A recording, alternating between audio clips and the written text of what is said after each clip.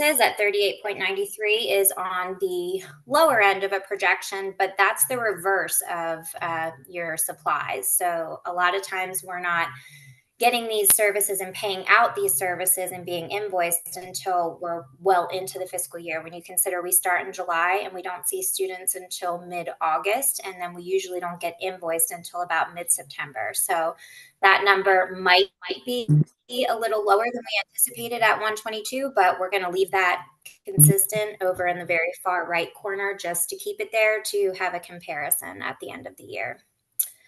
Staff development at 87.21, that is on the higher side, but again, these are investments that are made a lot up front, and then we do continue to see our professional development expenses through PIPs and the teachers' plans as they develop what they'd like to do with their PIPs throughout the year. Administrative services were fairly decent, 59.40. So right around a little bit higher than we would expect to be. Insurances right on point at 51.39. Rents and debt service should be spot on because we have a mortgage and it's a very finite number. So we absolutely know what we're spending on that, and that will be the final number by the end of the year. Facilities, we continue to project higher in that area. That is inclusive of the $10,000. So when the board voted to approve $10,000 in expenditures for increasing security around campus, that doesn't come in from a separate line and detract from facilities. It's still being put into that facilities number. So that is part of that. We aren't quite at 81.06%, but close enough to, and we understand that that is something that we'll be looking at moving into the future as well with respect to keeping the facilities up to date.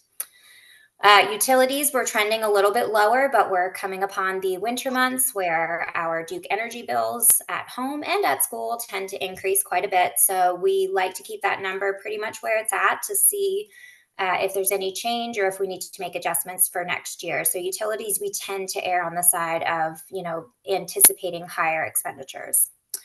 Technology is another front-loading expense, so I don't see any issue there for any future expenditures. The non-cap equipment and leases, if you recall, we miscoded a couple of things, including the very expensive playground equipment, which is going into that line item. So you'll see kind of the numbers all over the place.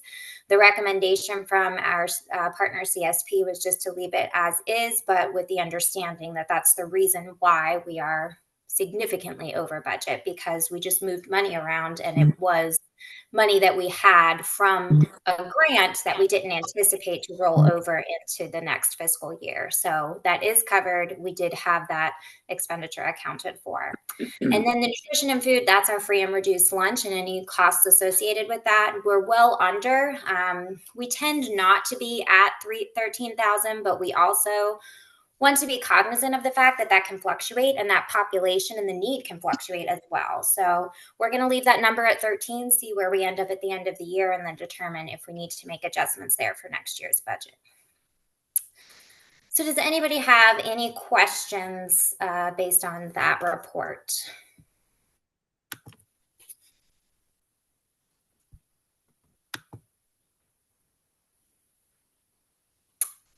Hearing none. All right.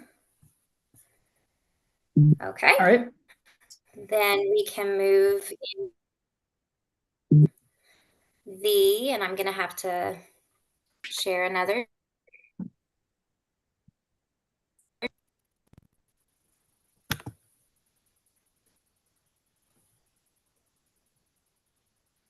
Okay, so this is our balance sheet.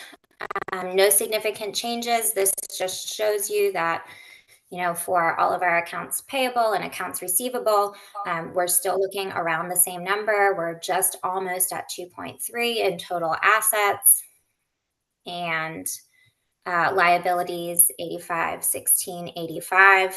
So this is just showing you that we're trending and tracking the same. We are in good fiscal health, and we continue to be. And these are numbers just to bear in mind and keep a close eye on as we make determinations of future budget years and future decisions. Any questions on the balance sheet?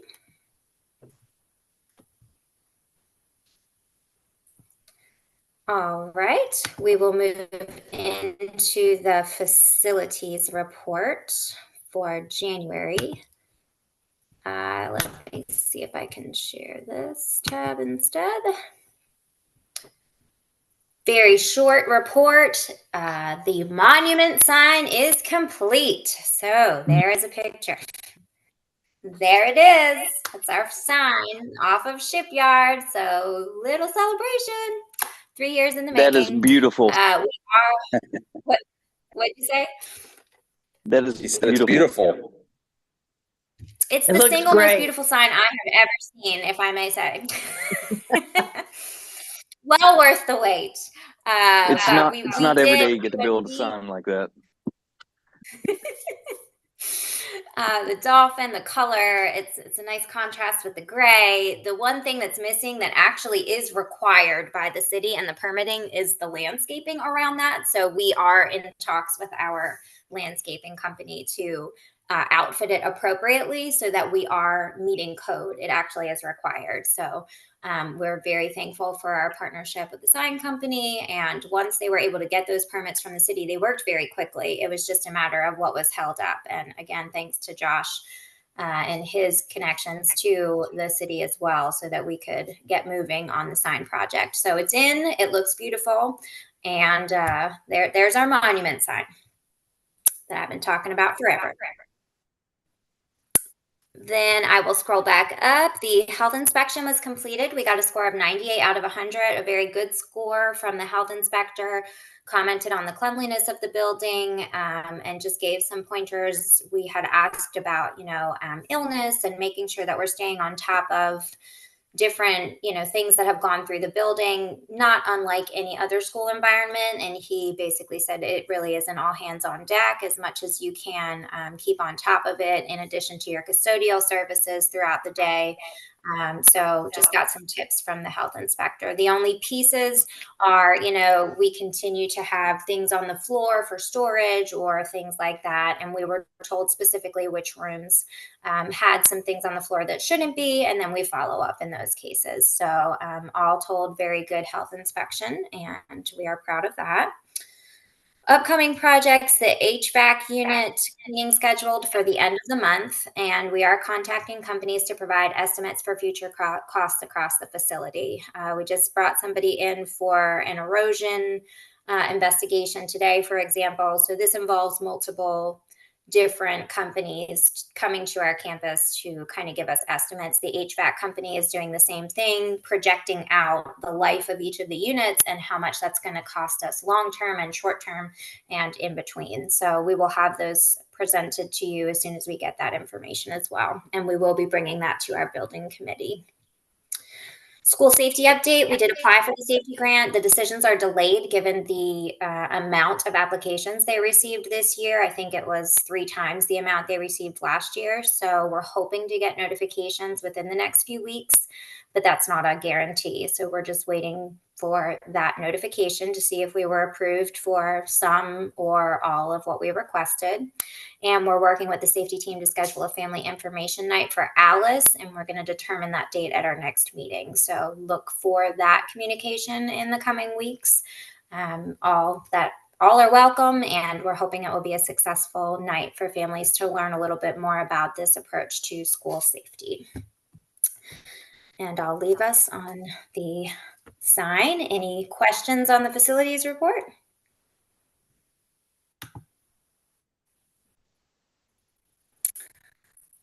All right, that is it for me until the Human Resources Board report. If we'd like to save that for the end of the meeting to go into closed session, that's perfectly fine. But we do need a vote to amend the budget to the newly reflected allotments from the state and federal allotments. So if someone can provide that. Motion to amend the budget for those allotments. I Need a second. That was Neil. Missy, or, yep. Yep, And sorry to say, I didn't say my name. Missy Ritchie second. Who's sick, Missy? Okay. That's okay. I can see. Missy was the second. Yeah.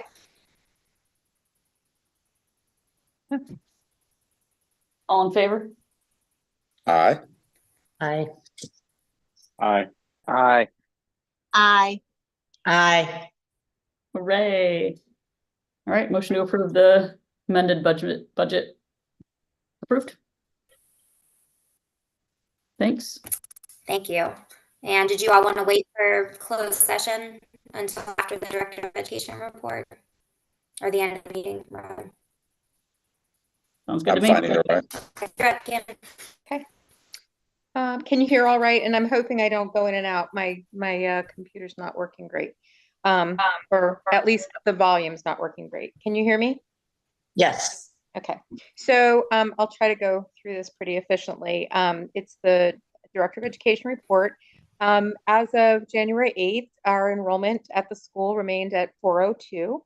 That I did give you the diagram of which which grades have which enrollments. Any questions on that? It's status quo, basically. So moving to 2, marketing the school and enrollment. We are currently, this was last week or a week and a half ago, we're currently at 205 applications.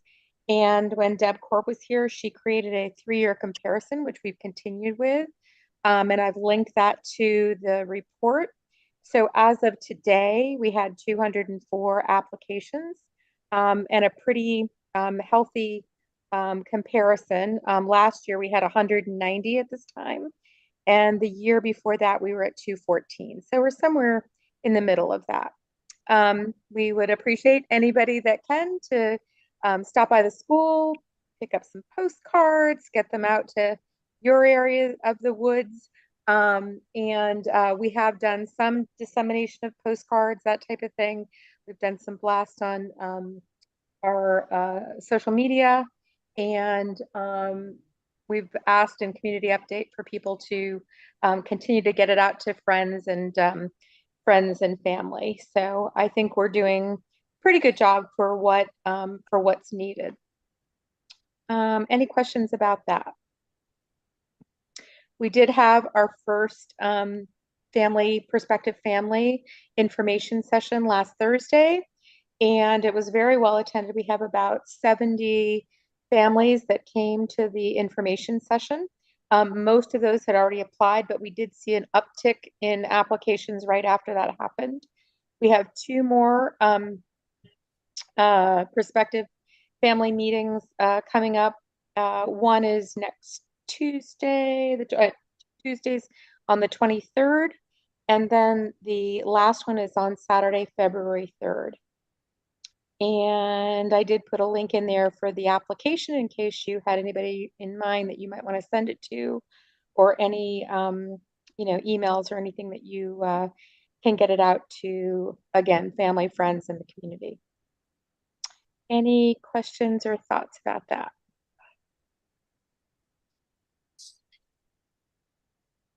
Okay. We have benchmark testing this week. Our window for MClass testing opened this week, and it ends the first week in February. And then on January 18th and 19th this week, we have reading and math map testing.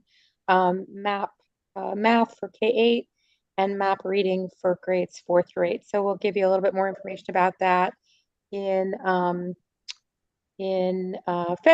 February in terms of how everybody's doing and what our achievement and growth trends are. So part of our strategic plan was to do some mental health community partnering, and we ended up creating. Olivia Horn has invited. Can you hear me all right? Olivia Horn created or was in touch with a community member, Buffy Andrews, who we created a 3-night education series for families called Empowered Parenting. The first one is going to be starting Wednesday, February 21st. They're hour-long sessions. And the next one is in March. We've done one a month, February, March, and April. They're all 6 to 7. The second one is managing child stress and anxiety. And the third one is childhood ADHD. Afterwards, we're going to get some information on how these were not only attended, we'll know more about that, but also how they were received. And if families, we're going to reach out to our community and see what other topics families might like and other ways of getting information out and in. We are planning on taping these, and we also plan on doing a Zoom so that families that can't make it in could possibly Zoom in to hear the information. We also have the 8th grade doing a Kathy's kind of taken this over with her kids as a Washington DC fundraiser.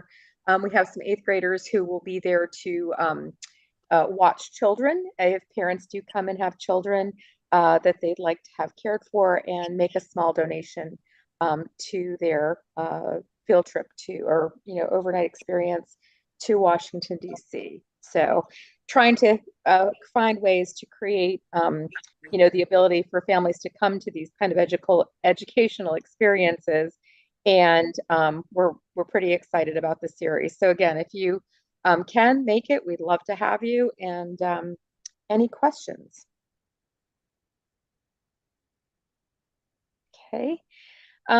We've put in the community update a request. Normally we get some, middle school parents really eager to decorate for the dance, the middle grades dance in the spring in April.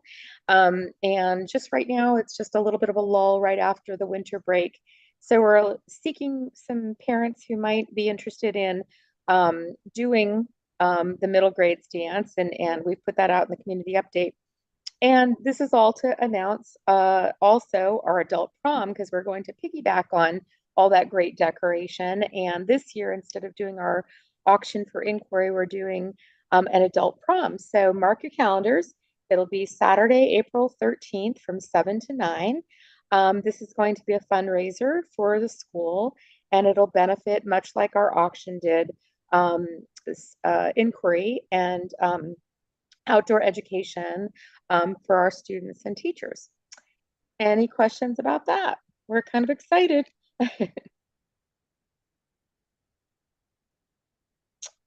Okay.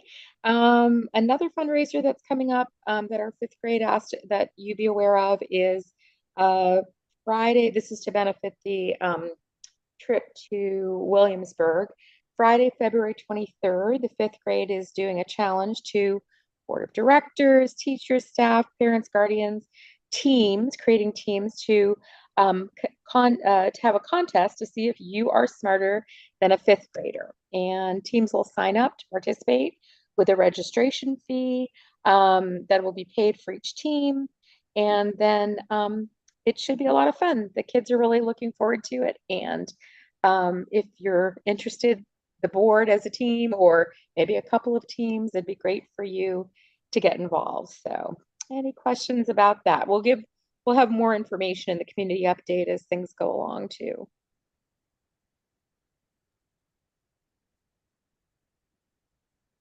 Okay.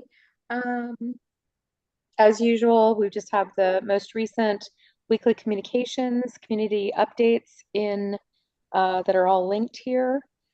So if you get a chance, if you haven't had a chance to read it, it'll really keep you updated in terms of what's going on in the school. Lots of photographs, lots of information. And then the last thing I have on my list, I think, yep, is the partnership they have coming up. Well, this Friday, they actually are treating the staff and teachers to a soup day, which we're really excited about. Their parents are bringing in, and the partnership bringing in different soups and things for the teachers and staff to have lunch. And we're very excited about that.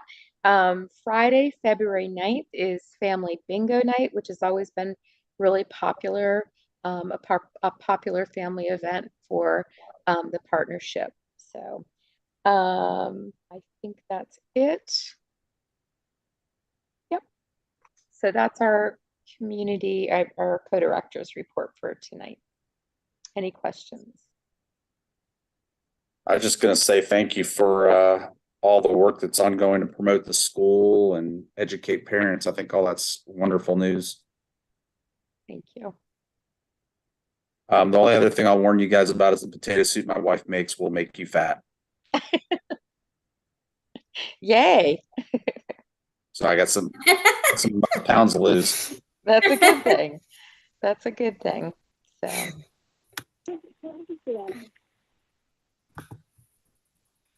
The email came out about the needing parents. We've had a lot of parents step up to volunteer for the middle school dance. So thank you, making work, and we can always use more.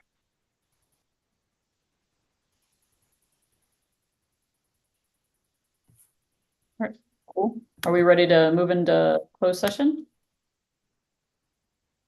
Do you have a motion? We have two more brief pieces. If you'd like to go to closed session now, we can do that and come on back out. Sorry. Have an update, a mid-year update on our strategic plan and charter right. renewal. Okay, sorry, I missed that. No, that's okay. Did you want to move forward with the presentations, or do you want to go into closed session? I don't, nope, I missed that, sorry. I was trying to behave tonight and I still screwed up.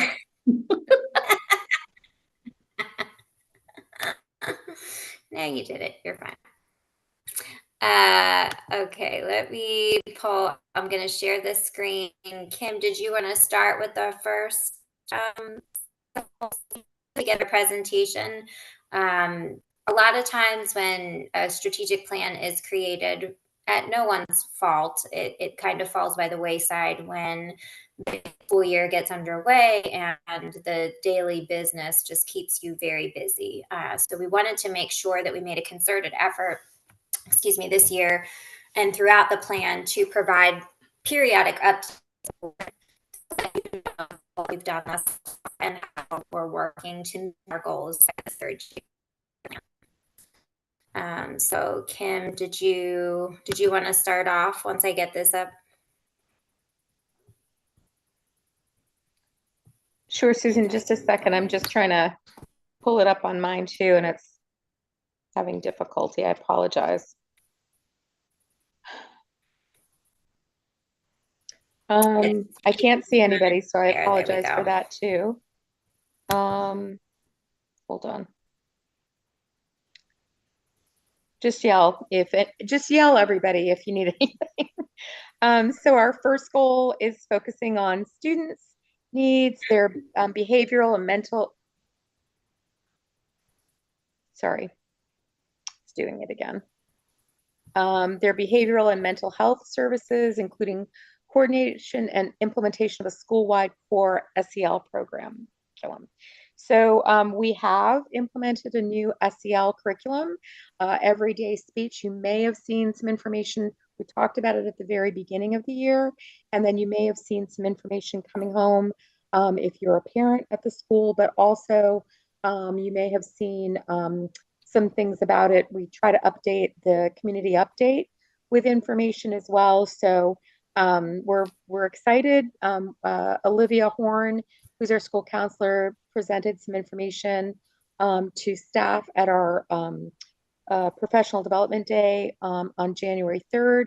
And really we could see some nice trending of students learning from the information that they're getting, which is exciting. We're doing these interval check-ins through this program. So that was goal one.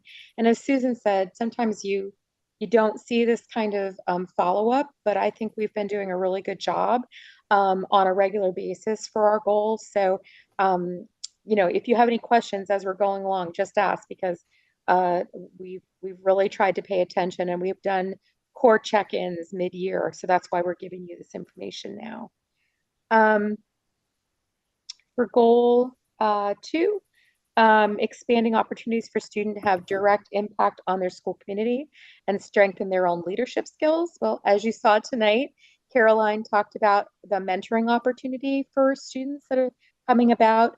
But we've talked to teachers and staff about other different kinds of opportunities that are gaps in our student leadership But we do have a lot of things that we're doing, including Ben Pierce does an emerging leaders in the middle grades for a special. We've also done the mentoring, and we've also got we've also got some additional specials that we're looking at for the third trimester. So, and then we do buddies still with the older kids and the younger kids, and then teachers identified opportunities within their own classrooms and in the community K-8. And we're going to get more of that information out to you soon. So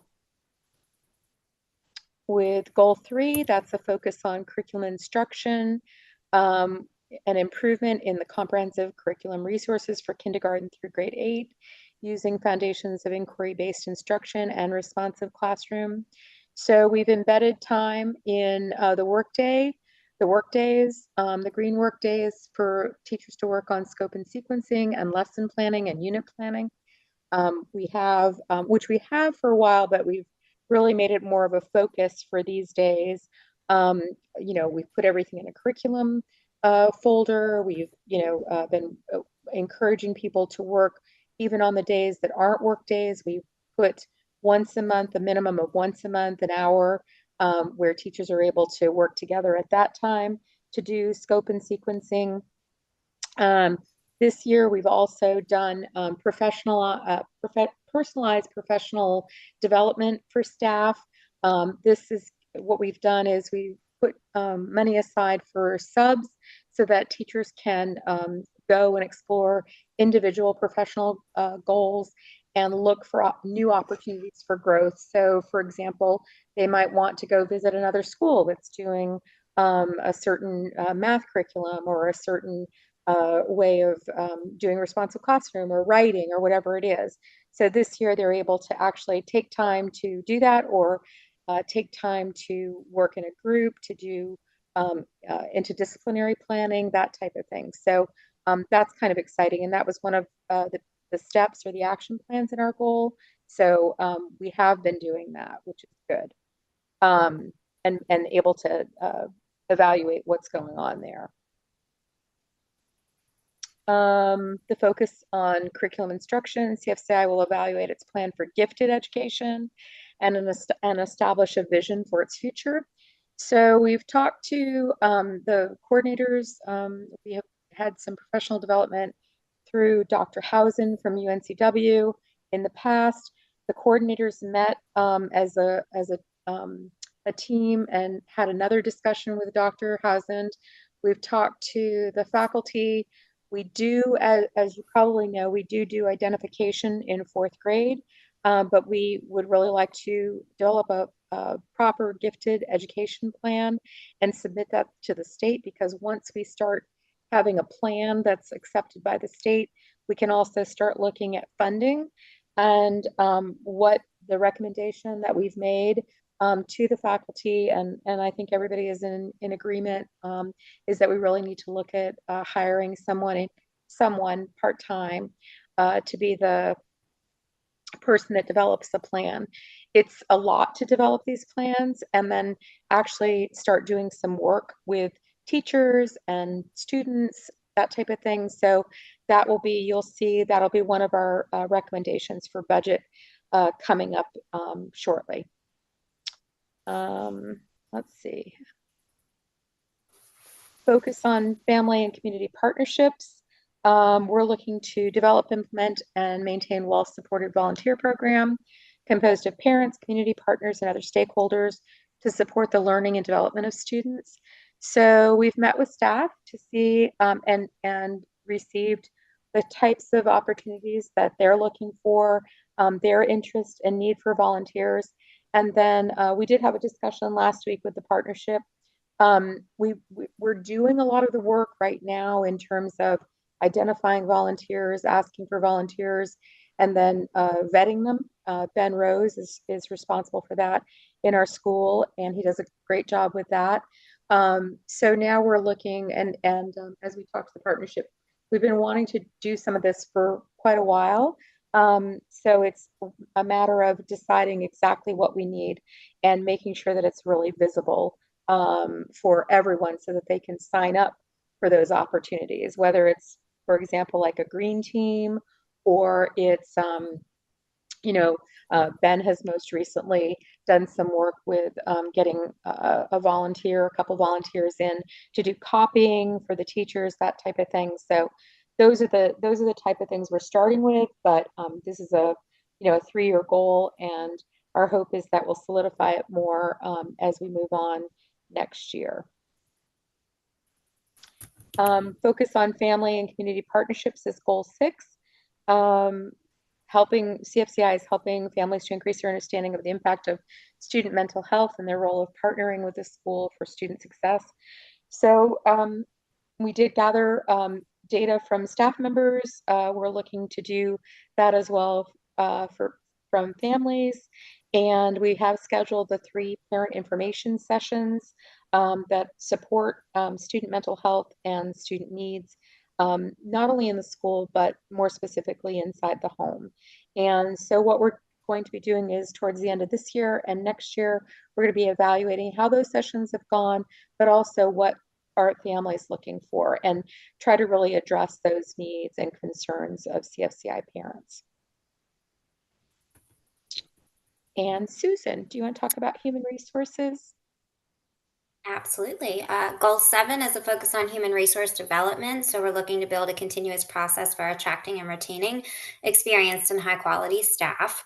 So what we've done so far is conducted and evaluated exit interviews for feedback from staff members that have chosen to leave CFCI. And we developed a more refined onboarding process for new employees. And that's more record keeping and internal, making sure that people that come to CFCI are equipped with what they need to be successful. So our next steps are conducting stay interviews that we have been discussing for a little while. Whether we do those at the end of the school year or the beginning of the following school year, we're open to different options and what staff are willing to sit down for, and develop a plan for marketing the benefits of working with CFCI. So we're thinking about some marketing videos, some opportunities to utilize social media a little more comprehensively to really paint a picture of what it looks like to work at CFCI and what makes us unique and special from a different environment in the education world. So that is our goal coming up. Focus on facilities. As we have been discussing throughout the course of this year, we are looking to develop a comprehensive facilities plan to extend to 2030. Where that lands us by that point in time, we don't know just yet. We're just continuing to gather the information to make an informed decision. So for this year, we just created our building committee, which has met twice thus far, tasked with gathering information regarding the future of the CFCI facilities. And we began building an inventory of all equipment, furniture, and technology at CFCI. Our next steps are to schedule facilities experts, as I mentioned earlier, to determine short-term and long-term facilities needs at CFCI, and in tandem, just exploring options, properties, opportunities for movement if that winds up being the choice of the building committee. But again, we're too new and early in the process to make that determination yet. We're simply gathering information to talk about next steps and what we should plan for in the future.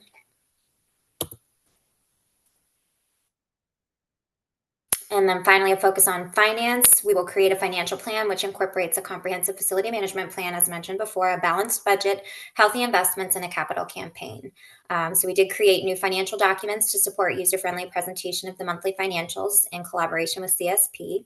We met with local banks to analyze proposals to determine the best plan for CFCI banking. We hope to bring a proposal to you by the next board meeting. And we began researching formats and resources for initiating a capital campaign. We do need to develop a more aggressive plan for securing external funding sources to bolster the financial health, which would be inclusive of a capital campaign. A lot of that conversation has started in our development committee, and it's a lot of work, and it's a lot of marketing and networking and specific skill sets. So we have just talked about ways in which we can involve others in this process to potentially contract with someone that has experience in capital campaign, things like that. But again, that's more into the future of this strategic plan, we are in the very beginning stages of starting to develop the understanding of what that means for us as a school. And that is it. Any comments or questions on our strategic plan update?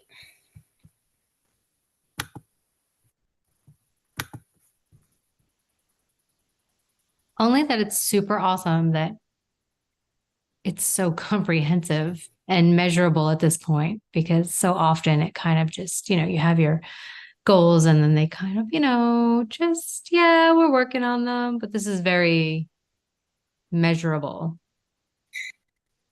Yeah, do y'all Yes. sleep? It's pretty awesome. I mean, thank you so Really. much. It's pretty amazing. Thank you. Thank you.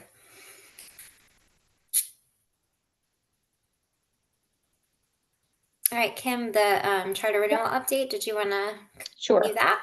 So for our charter renewal update, we received a date, and the date is February 29th, leap year, for our date. And what the Office of Charter Schools has said is that we are doing a good job. And because of that, they do not need to come and visit us in person. They are going to do a virtual site visit with us. So although I'm sad because I'd love to have them come and see our school, I'm excited that they think that we're doing well enough that we don't need for them to come.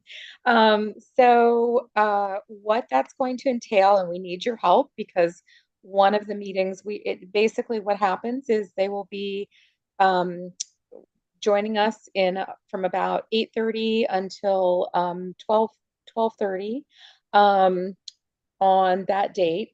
And we will start the meeting with a introductions, a welcome, and a school tour, meaning a presentation of sorts of the school. And that'll take about 25 minutes to a half hour.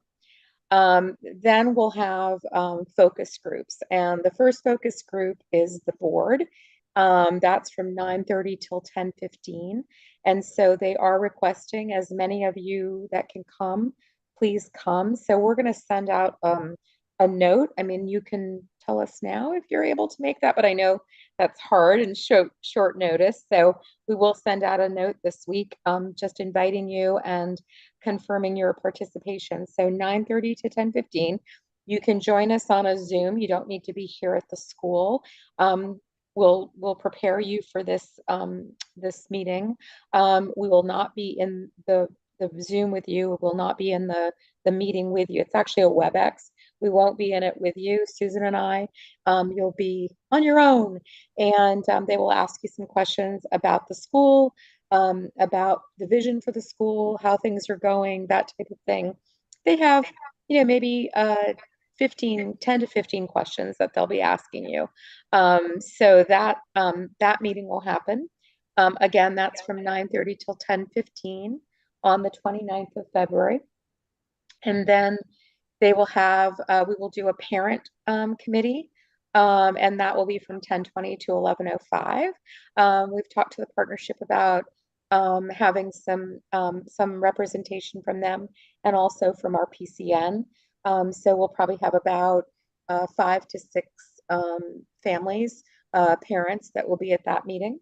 My computer's doing something ridiculous right now. So sorry, 11:10 to 11:55 is the staff committee, and that will be made up of, we are going to do teacher board members. They will need to be teacher board members without children at the school. That's their request. That's the Office of Charter Schools request.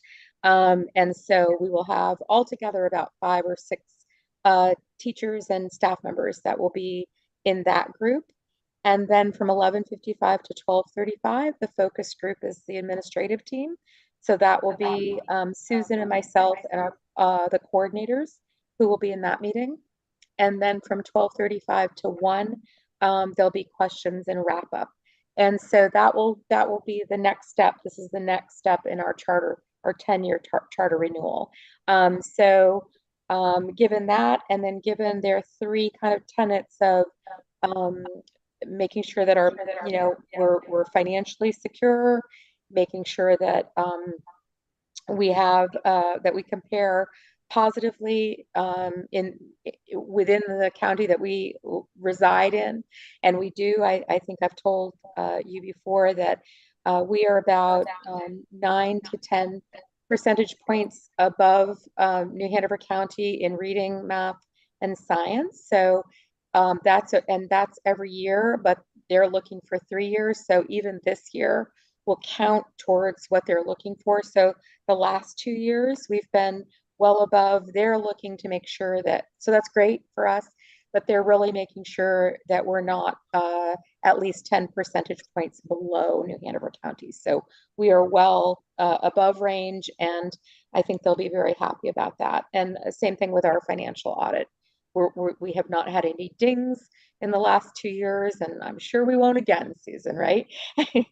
That's gone very well for us. So that's another real positive. So we feel confident about that. And then the last thing is they just look back to see if we have any open issues with the state, any, Susan, give me the word, basically any complaints lodged against us. Has everything been cleared up, and do we have anything currently? And we do not. So that, again, will be in good shape there, we feel. So those things, along with this visit, are really the things that will determine our tenure. And I think we're in a pretty good place. I think Susan and I both agree that, you never know, but we feel pretty confident about the education that we're delivering to students, and the learning environment that we're creating for families and our staff. And so I think we'll be in good shape. So but that's basically it. That's that it's come up fast, and this will also come up quickly, this visit. So we'll report back to you in March to let you know how it went from our perspective. So that's that. Any questions about that?